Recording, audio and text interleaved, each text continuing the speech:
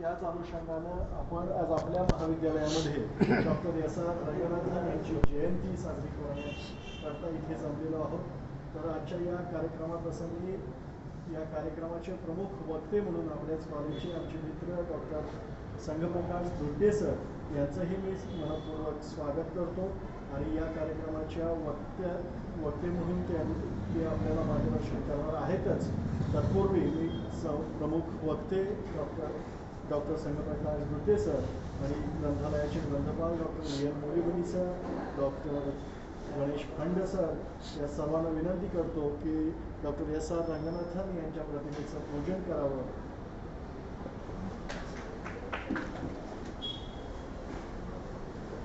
कडी केली सर, कडी फक्त ऐकवते.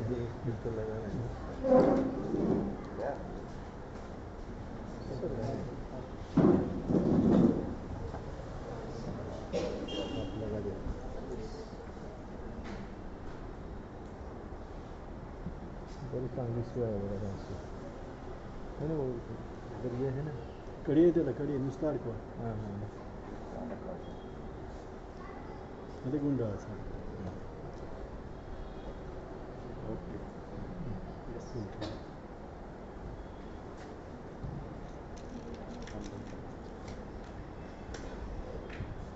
फॅन बंद कर बोल.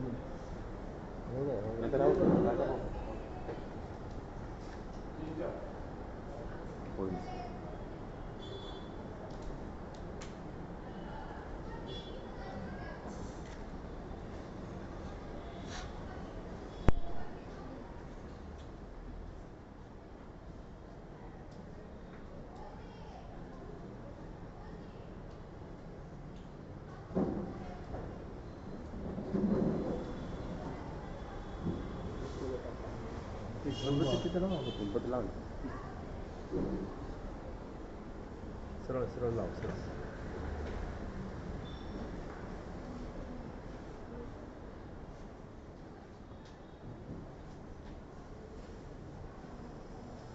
फोटो काढायचं.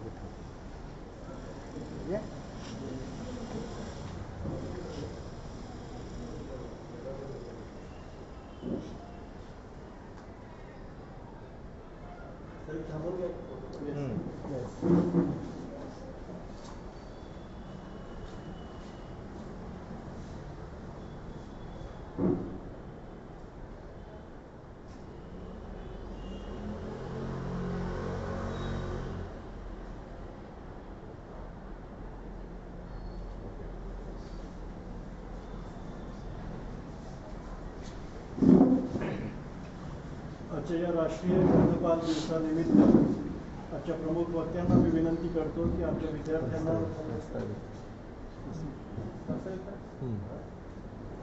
प्रस्तावना करण्याविषयी मी विनंती करतो. गणेश खंड सर. आज 12 ऑगस्ट 2026 ग्रंथालय शास्त्राचे जनक डॉक्टर एस आर रंगनाथन यांची 138वी जयंतीनिमित्त आपण जमलेलो आहोत. प्रथमतः मी सर्वांचं स्वागत करतो. आणि या महाविद्यालयाचे प्राध्यापक डॉक्टर संघप्रकाश दुर्डे सर हिंदी विषयाचे प्राध्यापक आहेत. त्यांनी आपल्या इथं ग्रंथपाल दिवसानिमित्त डॉक्टर एस आर रंगनाथन यांच्या जीवनाचं कार्य सांगण्यासाठी या व्याख्याते म्हणून उपलब्ध आहे. त्यांचंही मी स्वागत करतो. आज डिजिटल युगामध्ये तुम्ही ग्रंथालयात अभ्यासाला बसता, एक तुमचं भाग्य आहे. कारण आज विद्यार्थी जास्त करून मोबाईलवर आहे, पुस्तकं वाचताना वगैरे दिसत नाही, ऑनलाईन दिसतो जास्त. ज्ञान घेण्याचं ही ग्रंथालय हे सर्वात मोठं असं क्षेत्र आहे त्या ठिकाणी मोठमोठे रेफरन्सेस आहेत, मोठमोठे साधन सामग्री आहे, सगळी सुविधा आहे. पण तुम्हाला इथं बोलवावं लागतं की या कार्यक्रमाला या किंवा वाचण्यासाठी या. जशी विद्यार्थी संख्या कॉलेजमध्ये आहे त्या प्रमाणात विद्यार्थी फार कमी प्रमाणात लायब्ररीमध्ये येतात. डॉक्टर रंगनाथन सर मद्रास विद्यापीठाचे मॅथ्स विषयाचे प्राध्यापक होते डॉक्टर एस आर रंगनाथन. आणि 1933 साली त्यांचा स्टॅट विषय होता आणि त्याला त्यांनी ते ग्रंथालयाची नाळ ओळखून त्यांनी ते स्टॅट म्हणजे संख्याशास्त्राला आधारित ग्रंथालय ही संकल्पना त्या टायमावर त्यांनी आणली. आणि आपण ग्रंथालयासाठी काहीतरी करतो, काहीतरी करू शकतो म्हणून त्यांनी ते कार्य चालू केलं. त्यांनी महाराष्ट्र ग्रंथालय संघ, लायब्ररी असोसिएशन अनेक ठिकाणी काम करत ग्रंथालयासाठी वर्गीकरण तयार केले, लायब्ररी स्टाफ मॅन्युअल तयार केला, अशा अनेक महत्त्वपूर्ण कामं करत गेले. आज जे कामकाज चालतं लायब्ररीमध्ये ते त्यांच्या साचेबद्ध काम फ्रेमवर्कमुळे चालतं. म्हणून रंगनाथनचं हे आज अजरामर कार्य आहे. आणि आज विद्यार्थी ह्या एवढ्या सगळ्या ग्रंथालयाच्या फॅसिलिटी कॉलेजने उपलब्ध करून दिल्या. विद्यार्थी काय करतो, मोबाईलवर नाही ते गोष्टी बघत बसतात, पण वाचत नाही. ज्ञानार्थी परीक्षार्थी होण्यापेक्षा शासनाचे लाभार्थी झाले. म्हणजे आज सुरुवातपासून शेवटपर्यंत विद्यार्थ्यांना वाचनाविषयीची म्हणजे सांगावं लागतं की वाचन करायला या म्हणून हे बदलण्यासाठी तुम्ही वाचनासाठी प्रवृत्त झालं पाहिजे. आज या रंगनाथांच्या जयंतीनिमित्त महाविद्यालयाचे प्राध्यापक डॉक्टर चंद्रप्रकाश दुर्गे सर, मी त्यांना विनंती करतो की त्यांनी त्यांचं आपलं व्याख्यान सुरू करावं.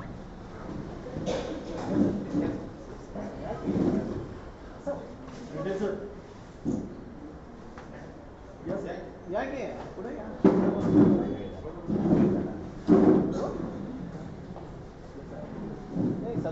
संगमेश्वर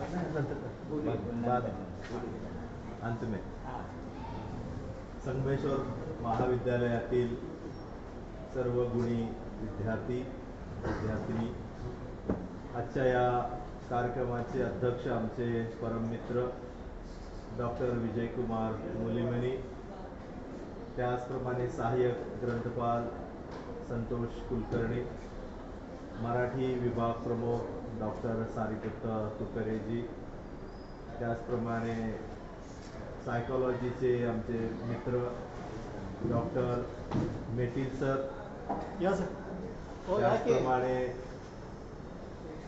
सहाय्यक ग्रंथपाल माननीय प्राध्यापक फंड, त्याचप्रमाणे आमचे परम मित्र IPC कोऑर्डिनेटर, त्याचप्रमाणे डॉक्टर SS पाटील सर, हे देखील आजच्या या कार्यक्रमाच्या निमित्तानं उपस्थित आहेत. त्या सर्वांचं मी मनपूर्वक या ठिकाणी स्वागत करतो. आत्ताच पण सरांनी प्रास्ताविकेमध्ये सांगितल्याप्रमाणे रंगनाथन यांची ही जयंती आपल्या महाविद्यालयामध्ये साजरी करत असताना या जयंतीचं औचित्य काय आहे, तर जयंतीचं औचित्य एका शब्दामध्ये आपल्याला सांगता येईल की ते ग्रंथालयाचे ते जनक आहेत आणि त्यांनी जे कोडिंग केलेले आहेत ते 5 नियम जगाने मान्य केलेले आहेत. ते 5 नियम मी तुम्हाला या ठिकाणी सांगू इच्छितो. पहिला नियम रंगनाथन यांनी बनवला, पुस्तके उपयोगासाठी आहेत. हा पहिला नियम रंगनाथन यांनी बनवला. दुसरा नियम त्यांनी बनवला, प्रत्येक व्यक्तीसाठी त्याचं पुस्तक. हा नियम रंगनाथन यांनी बनवला. तिसरा नियम, प्रत्येक पुस्तकासाठी त्याचा वाचक. प्रत्येक पुस्तकासाठी कुणी त्याचा वाचक असतो. हा त्यांनी एक तिसरा नियम बनवला. चौथा नियम बनवला, वाचकाचा वेळ वाचवा. त्याच्यासाठी कोडिंग वगैरे ही जी काही सिस्टीम आहे ती कोडिंग यामध्ये आलेली आहे. त्यानंतर 5वा अत्यंत महत्त्वाचा नियम त्यांनी बनवला, ग्रंथालय एक विकासशील जीव आहे. ग्रंथालयामध्ये येणारा हा व्यक्ती हा ज्ञानापासून दूर जाऊ शकत नाही, तर ज्ञान या ठिकाणी त्या व्यक्तीला इतक्या प्रमाणामध्ये तुम्ही जितकं ज्ञानाचा साठा तुमच्याकडे आहे त्याच्यापेक्षाही जास्त ज्ञान जे आहे हे ग्रंथालयामध्ये साठवून ठेवलेलं आहे. आणि हे हजारो वर्षापासूनचं ज्ञान हे पुस्तकामध्ये केंद्रभूत केलेलं आहे. तुम्हाला एक संदर्भ मी या ठिकाणी सांगू इच्छितो की आपल्या देशामध्ये नालंदा नावाची एक युनिव्हर्सिटी होती. किती जणांना माहिती आहे? माहिती आहे नालंदा विश्वविद्यापीठ. आणि त्या विश्वविद्यापीठामध्ये एक ग्रंथालय होतं आणि बख्तियार खिलजी यांनी ते ग्रंथालय जाळलं आणि जाळल्यानंतर ते ग्रंथालय 6 महिने जळत होतं. विचार करा, आपल्या देशातल्या विद्वत्तेची किती मोठी हानी झालेली आहे. आणि हे ग्रंथालय पुन्हा निर्माण झालेलं नाही. हस्तलिखितामध्ये हे ग्रंथालय त्या ठिकाणी होती. तर रंगनाथन यांनी जे काम केलेलं आहे ते अत्यंत महत्वाचं काम या ठिकाणी आपल्याला सांगता येईल. त्यांनी केलेलं जे काम आहे कोलन वर्गीकरण, हे जगामध्ये अद्वितीय असं काम रंगनाथन यांनी उभं केलेलं आहे. या कोलन वर्गीकरणामुळे कशामध्ये लाभ झालेला आहे? DVD, इंटरनेट, मल्टीमीडिया याच्या वर्गीकरणाच्या प्रणालीसाठी कोलन वर्गीकरणाची ही जी प्रणाली रंगनाथन यांनी शोधून काढलेली आहे आणि त्याचा उपयोग आज आपण आधुनिक युगामध्ये सुद्धा या सर्व प्रणालीचा आपण उपयोग करत आहोत हे आपल्याला असं दिसून येईल. रंगनाथन यांनी 1600 शोध, आपण त्याला रिसर्च आर्टिकल आपण जे म्हणूया, शोध निबंध जे आहेत हे रंगनाथन यांनी लिहिलेले आहेत. त्याचप्रमाणे 60 पुस्तकं, ज्याला आपण ग्रंथ म्हणतो, महत्वाचं लेखन जे आहे ते रंगनाथन यांच्याकडून झालेलं आहे. सुरुवातीला ते गणित तज्ञ होते, परंतु गणित तज्ञांमधून ते इकडे ग्रंथालयाच्या प्रमुखापर्यंत नंतर त्यांनी अशी मजल मारलेली आहे. त्यानंतर ते प्रोफेसर, पुन्हा वेगवेगळ्या माध्यमातून ते झालेले आहेत आणि 1956 मध्ये भारत सरकारने त्यांना पद्मश्री नावाची ही जी काय महत्वाची पदवी आहे ही पदवी त्यांना बहाल केलेली आहे. अनेक विद्यापीठाकडून रंगनाथन यांना मानद उपाधी, डिलीट ही जी उपाधी आहे ही उपाधी रंगनाथन यांना बहाल केलेली आहे. रंगनाथन यांनी जे महत्वाचे ग्रंथ लिहिलेले आहेत ते तुमच्या समोर मी मांडू इच्छितो. क्लासिफाईड कॅटलॉग कोड हा महत्वाचा ग्रंथ त्यांनी लिहिलेला आहे. प्रोलेगोमेना लायब्ररी क्लासिफिकेशन हा ग्रंथ देखील जगाने मान्य केलेला आहे. थ्योरी ऑफ लायब्ररी क्लासिफिकेशन हा ग्रंथ लिहिलेला आहे. एलिमेंट्स ऑफ लायब्ररी क्लासिफिकेशन हाही ग्रंथ त्यांनी लिहिलेला आहे. क्लासिफिकेशन अँड इंटरनॅशनल डॉक्युमेंटेशन हा ग्रंथ देखील त्यांनी लिहिलेला आहे. क्लासिफिकेशन अँड कम्युनिकेशन हा देखील ग्रंथ रंगनाथन यांनी लिहिलेला आहे. विद्यार्थी मित्र हो, रंगनाथन यांची जयंती साजरी करत असताना आपण काय शिकलं पाहिजे याच्याविषयी तुमच्या समोर माझे काही विचार या अनुषंगाने मी मांडणार आहे. पुस्तकासाठी आपण आपलं जीवन अर्पण केलं पाहिजे. पुस्तकांना आपण आपले मित्र समजलं पाहिजे. पुस्तकांवर आपण आपला जीव अर्पण केला पाहिजे. पुस्तकासाठी आपण एक वेळ उपाशी राहिलं तरी हरकत नाही, परंतु पुस्तकासाठी आपण हट्ट धरला पाहिजे. आपण आपल्या आईवडिलांकडे, आपण आपल्या गुरुजनांकडे असा एक विचार त्यांना विचारला पाहिजे की मी आता कोणतं पुस्तक वाचू. आपल्याला असं माहित नसतं की कोणत्या पुस्तकामध्ये कोणत्या प्रकारचं ज्ञान दडलेलं आहे. आपल्या गुरुजनांच्या आदरातिथ्या खातीर आपण काही पुस्तकं वाचली पाहिजे आणि स्वतःला आवडणारी पुस्तकं देखील आपण आवर्जून वाचली पाहिजे. मोठमोठ्या थोर महापुरुषांची जे काही जीवनचरित्र आहेत ते जीवनचरित्र देखील आपण अभ्यासली पाहिजे. या जीवनचरित्रांमधून आपल्याला या जगामध्ये कसं जगायचं आहे, कसं पुढं जायचं आहे याचं ज्ञान देखील आपल्याला पुस्तकामधून होत असतं. पुस्तकं आपल्याला सशक्त करत असतात. पुस्तकं आपल्याला मजबूत बनवत असतात. पुस्तकं आपल्याला जीवन कसं जगायचं, कसं पुढं जायचं, कशी प्रगती करायची, कशी उन्नती करायची हे पुस्तकातून आपल्याला समजत असतं. म्हणून आपण नेहमी पुस्तकाचा ध्यास घेतला पाहिजे. मी नेहमी बाबासाहेब आंबेडकरांचं मी उदाहरण सांगत असतो. बाबासाहेब आंबेडकरांच्या त्यांच्या स्वतःच्या ग्रंथालयामध्ये 50,000 पुस्तकं होती आणि ही 50,000 पुस्तकं त्यांनी वाचलेली होती. फक्त शो साठी त्यांच्या ग्रंथालयामध्ये ते ठेवलेली नव्हती. स्वतःचं ग्रंथालय होतं आणि त्यामध्ये ही सर्व पुस्तकं त्यांनी वाचलेली होती. आणि म्हणून आपण अशा थोर मोठ्या महापुरुषांचा आदर्श यासाठी घ्यायचा आहे की ते कशा प्रकारे घडले, ते कशा प्रकारे जीवन जगले, त्यांच्या जीवनातून मला घेण्यासारखं काय आहे का त्यांच्या जीवनातून मला कोणता बोध मिळतो का, त्यांच्या जीवनातून मला हा जर बोध मिळाला तर मी देखील अशा प्रकारे मोठ्या मोठ्या पदव्या मी घेऊ शकतो, मी देखील वर्गामध्ये पहिला नंबर मिळवू शकतो, मी देखील महाविद्यालयामध्ये पहिला नंबर मिळवू शकतो. ही प्रेरणा आपल्याला कुठून मिळते?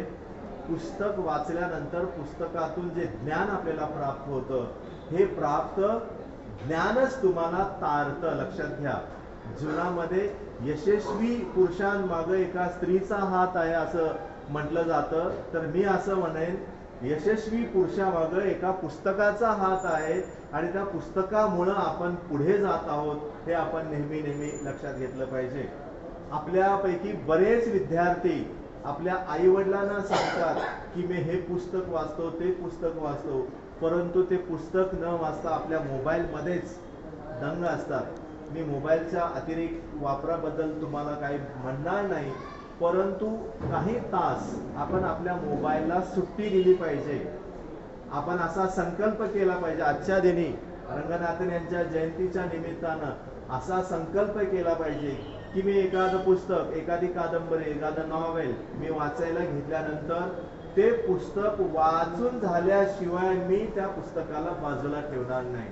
अशा प्रकारचा संकल्प करा. सुरुवातीला 50 पानाचं पुस्तक घ्या, 100 पानाचं पुस्तक घ्या आणि ते वाचायला लागा. आणि हे पुस्तक वाचत असताना तुम्हाला अशा प्रकारची अनुभूती येईल की तुम्ही भूक, ताण सर्व विसरून जाल आणि त्या पुस्तकामध्ये रममाण व्हाल. आणि अशाच पद्धतीनं पुस्तकं वाचून झाल्यानंतर पुस्तकं लिहिण्याची प्रेरणा देखील तुमच्या मनामध्ये निर्माण झाली पाहिजे. आणि तुम्ही उद्याचे लेखक होणार आहात. आणि लेखक होण्यासाठी पहिल्यांदा त्या लेखकाला दुसऱ्याने लिहिलेलं हे वाचावं लागतं. तेव्हा त्या लेखकाला किंवा त्या नवीन लेखकाला कशा प्रकारची शैली लिहायची आहे, कशा प्रकारची वाक्यरचना लिहायची आहे हे त्याला कळतं. आणि त्यासाठी विद्यार्थ्यांना माझी नम्र विनंती आहे की तुम्ही तुमच्या जीवनाचे स्वतःचे तुम्ही शिल्पकार आहात. दुसरा कोणी शिल्पकार नसतो.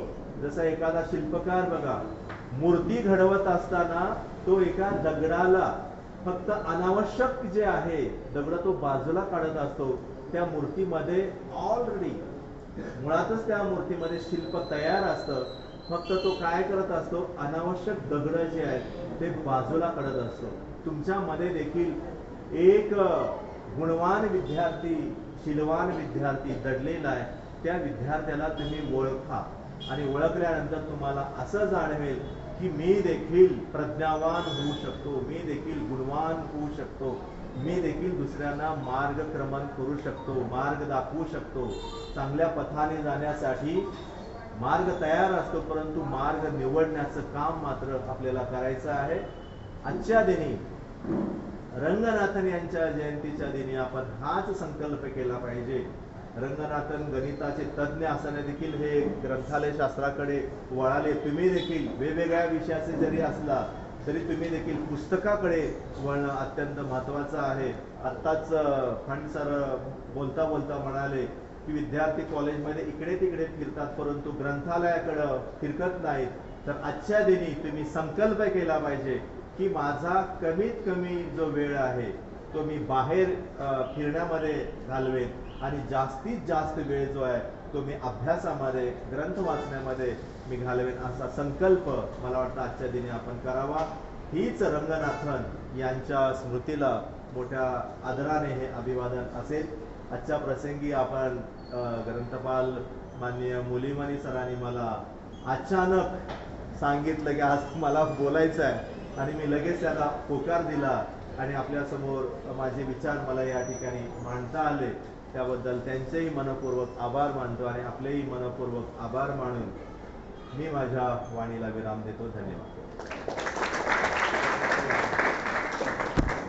आजच्या कार्यक्रमाचे वक्ते यांचा सत्कार करण्याविषयी मी विनंती करतो. डॉक्टर मुलीमणी सर यांनी डॉक्टर संगप्रकाश दुर्डे सर यांचा सत्कार करावा.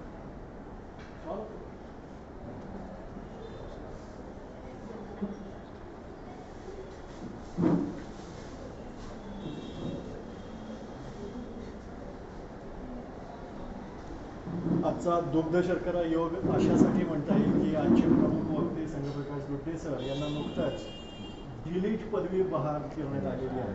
डिलीट मिळाले आणि जोरदार टाळ्यावरून हे करा ते त्यांना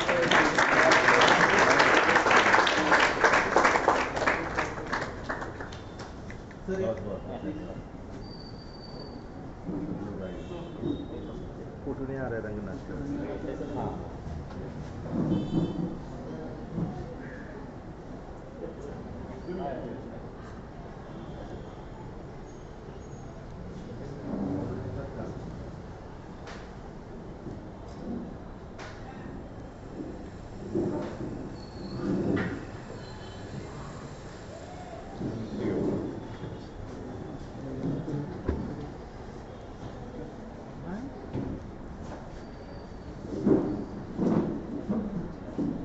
डॉक्टर वीर मुलीमणी सर यांना मी विनंती करतो की त्यांनी अध्यक्षीय समारोप करावा.